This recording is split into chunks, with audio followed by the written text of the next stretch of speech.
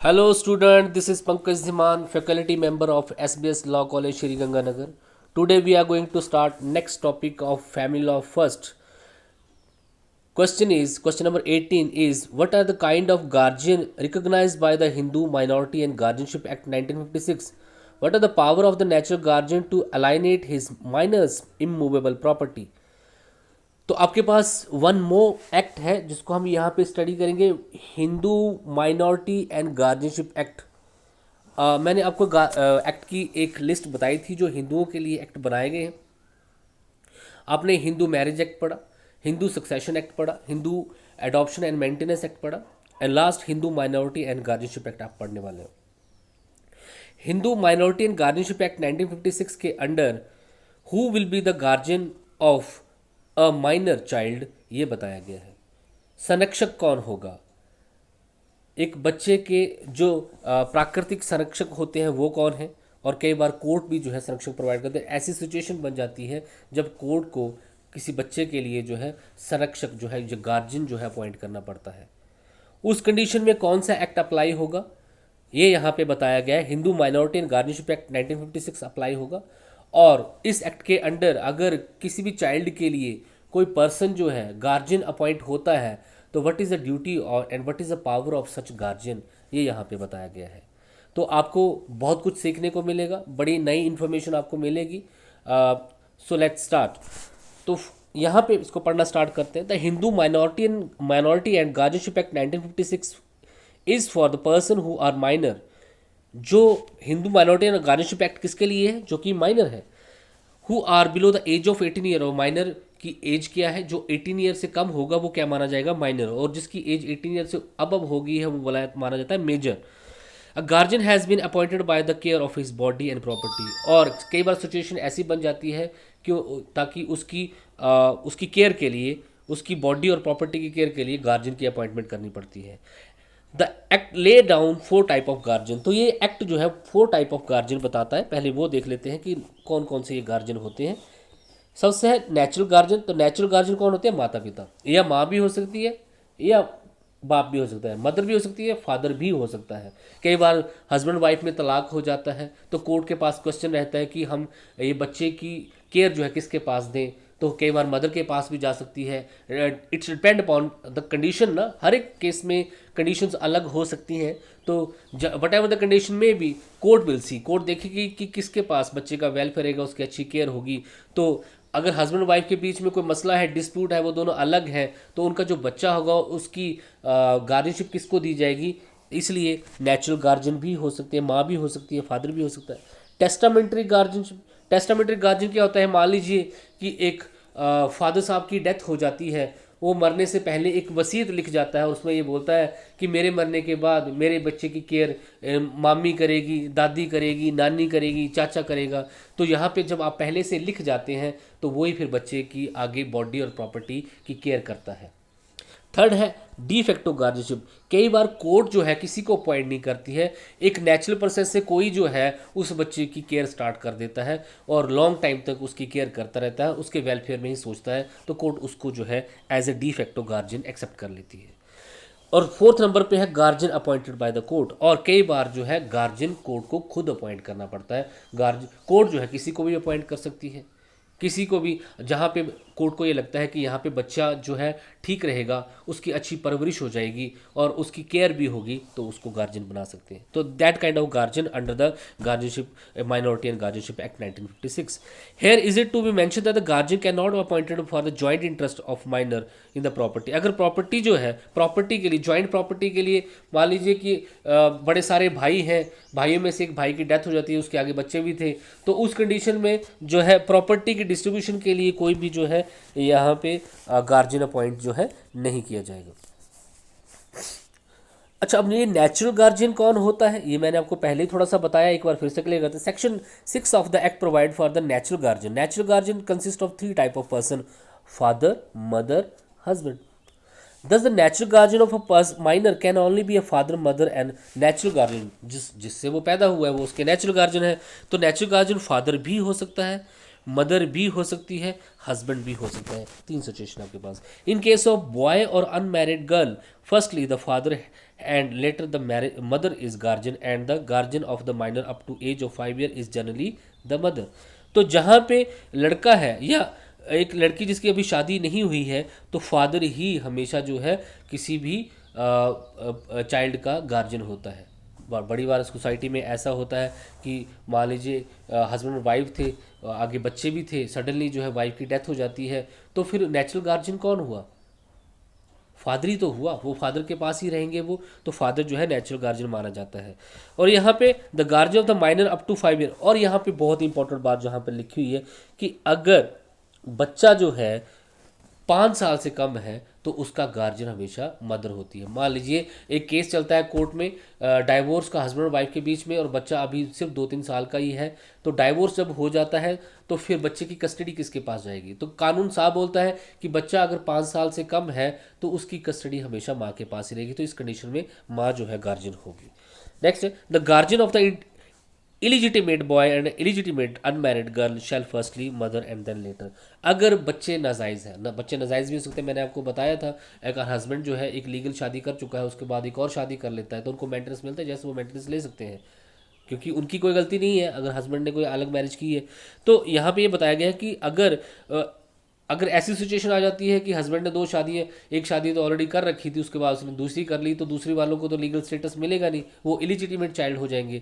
तो क्या उनका गार्जियन कौन होगा? तो यहाँ पर हमेशा ये लिखा हुआ है कि अगर इलिजिटिमेट बच्चे हैं तो उनकी गार्जियन हमेशा मदर ही होती है, अगर मदर नहीं है तो फादर हो सकता है। तो फर्स्ट मदर ही उनकी, ये देखिए तो ये सारी रिस्पॉन्सिबिलिटी मदर पे डाल दी गई है कि वही जो है उन बच्चों की गार्जियन होगी, हालांकि गलती उसकी नहीं थी, गलती उस हस्बैंड की भी थी। नेक्स्ट आपके पास the guardianship terminate under the following twos. ये जो गार्जियनशिप है ये ख़त्म भी हो सकती है किन कंडीशन में? When such a guardian is no more a Hindu, अगर वो जिसको गार्जियनशिप दी गई थी, जिसको उस बच्चे का जो संरक्षक बनाया गया था वो धर्म परिवर्तन कर लेता है तो गार्जियनशिप खत्म हो सकती है। When the he renounce the word, अगर वो संन्यास ले लेता है तो उस कंडीशन में भी गार्जियनशिप खत्म हो सकती है। Next, E.M. Nadar versus Shri धरन के केसेस में AR 1992 केरला का केस है, हाई कोर्ट का केस है। It was held that the father is natural guardian of minor even if living separately. तो जो माइनर जो सबसे पहले फादर ही है जो किसी माइनर बच्चे का गार्जियन होगा अगर मदर खत्म हो गई है तो, क्योंकि फादर जो है उसका नेचुरल गार्जियन माना जाएगा। When the father converts to be a Hindu non Hindu and mother shall be a natural guardian, अगर फादर जो है नॉन हिंदू हो जाता है, धर्म परिवर्तन कर लेता है तो उस कंडीशन में माँ जो है वो नेचुरल गार्जियन होगी। बच्चा जो है फर्स्टली हमेशा माँ के पास ही रहेगा, किसी और के पास नहीं जाएगा। Vijay Lakshmi versus police inspector AIR 1991 का केस है। चंद्रवंशी प्रेमनाथ का केस भी है AIR 1969। The guardian of the minor below 5 year, साफ लिखा हुआ इस केस में डिसीजन दिया कोर्ट ने कि अगर बच्चा जो है 5 साल से कम है तो उसकी गार्जियनशिप हमेशा माँ के पास रहती है। और भी केस हैं, डिफरेंट केस हैं, जैसे इन the case of Shrimati Kiran A Lakhani versus Shri Ajit H Lakhani AIR 2006 NOC, it was considered appropriate to allow a 13-year age daughter in the security of the mother।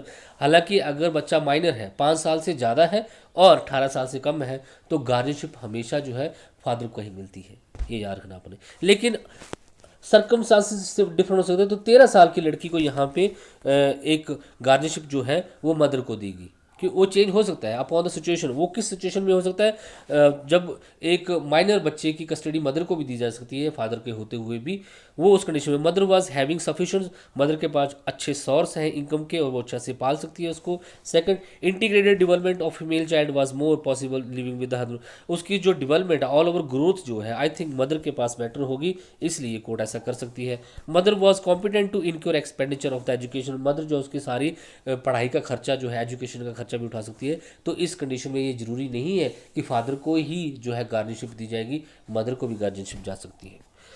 अब देखते हैं नेक्स्ट पावर्स क्या हैं जो गार्जियन होते हैं, जो नेचुरल गार्जियन होते हैं। देखिए हमारे माँ बाप हम पे क्या राइट रखते हैं यहाँ से पता चल जाएगा आपको, क्योंकि सबसे पहले हमारे गार्जियन वो होते हैं, इसलिए उनको नेचुरल गार्जियन बोला जाता है।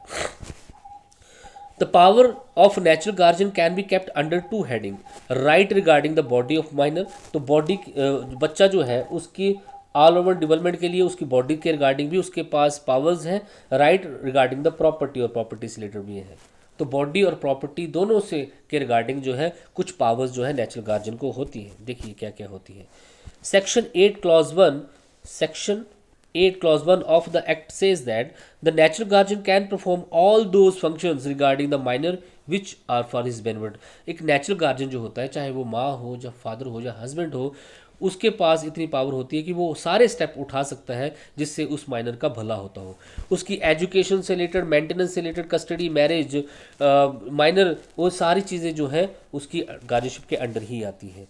The guardian can enjoy these powers only for the benefit. और ये जितनी भी पावर उसको दी गई हैं वो उसके सिर्फ भले के लिए, उसके वेलफेयर के लिए यूज़ करेगा। देखिए कौन कौन सी पावर है। सबसे पहले ट्रांसफर ऑफ प्रॉपर्टी से रिलेटेड। तो देखिए अगर कोई बच्चा है तो उसके पास कोई प्रॉपर्टी हो सकती है। मान लीजिए दादा ने उसको कुछ प्रॉपर्टी उसके नाम पे करवाई है, ठीक है जी, या मदर की डेथ हो गई थी तो मदर ने उसके नाम पे कुछ स्पेशली प्रॉपर्टी दे रखी है, या कहीं से भी उसको कोई प्रॉपर्टी उसके पास है, तो क्या ऐसी प्रॉपर्टी जिसका ऑनर जो है वो माइनर है, तो क्या जिसको ये कस्टडी दी गई है, मान लीजिए फादर को दी गई है, मदर को जो उसके नेचुरल गार्जियन है वो उसकी कस्टडी में रह रहा है, तो क्या उनको उसकी प्रॉपर्टी को बेचने का अधिकार है? That is the right of transfer property. Section 8 clause 2 यहाँ पे साफ बोलता है, act says that the mortgage, sale, gift, exchange or other type of transfer of immovable property of minors shall be made only with the prior permission of the court।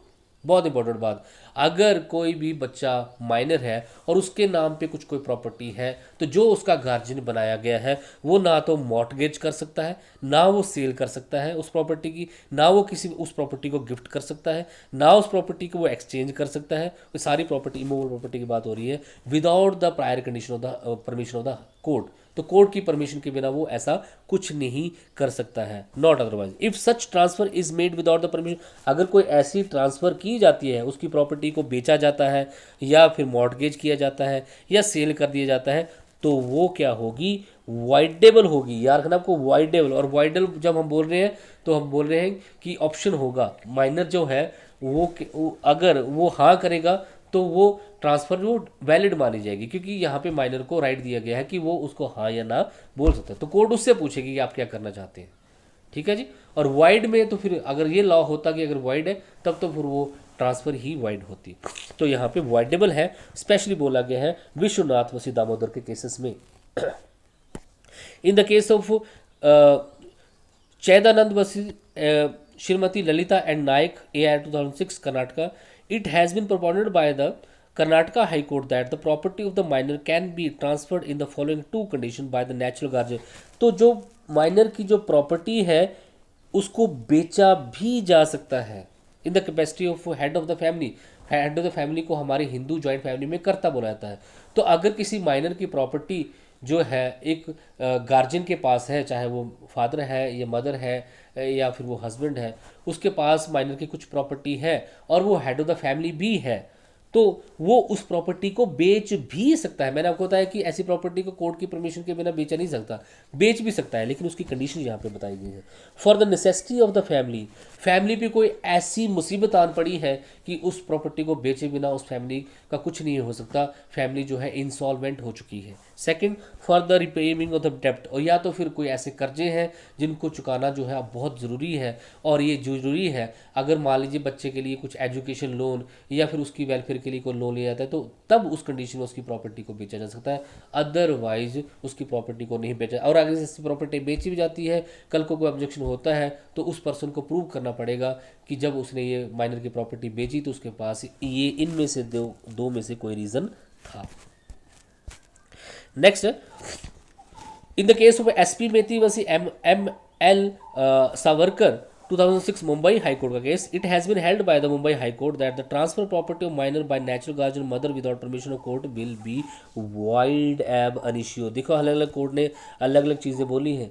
एक court ने, Karnataka high court ने बोला कि वो जो transfer की गई है प्रॉपर्टी की वो वाइडेबल होगी, लेकिन यहाँ पे मुंबई हाई कोर्ट ने बोला कि वाइड होगी। इट मीन्स रूल यहाँ पे क्लियर नहीं है, लेकिन हम ये मान सकते हैं कि अगर किसी चाइल्ड की, माइनर पर्सन की प्रॉपर्टी जो है किसी गार्जियन के पास है, गार्जियन जो उस प्रॉपर्टी का गार्जियन बनाया गया उसके पास है, तो वो कोर्ट की परमिशन के बिना उस प्रॉपर्टी को ना तो मॉर्टगेज, ना सेल, ना गिफ्ट, ना फिर एक्सचेंज कर सकता है।